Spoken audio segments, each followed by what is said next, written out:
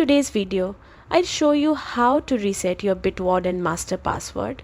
This is useful if you want to improve your security or simply switch to a password that's easier for you to remember while still staying safe. Start by logging in to your Bitwarden account and opening your dashboard. From the left side menu, click on Settings, then move into the Security section. This is where Bitwarden manages everything related to account protection. Inside the security page, look for the option called Change Master Password and open it. You will first be asked to enter your current master password. This step confirms that you're the account owner and keeps your vault protected. Next, enter your new master password.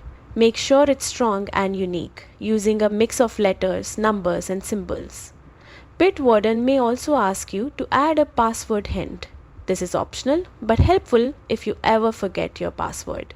Just make sure the hint doesn't reveal the password itself. Once you've checked that everything is correct, click Change Master Password to save your update.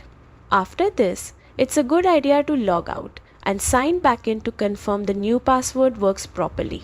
And that's it. You've successfully reset your Bitwarden master password and strengthened your account security. Thanks for watching and stay secure.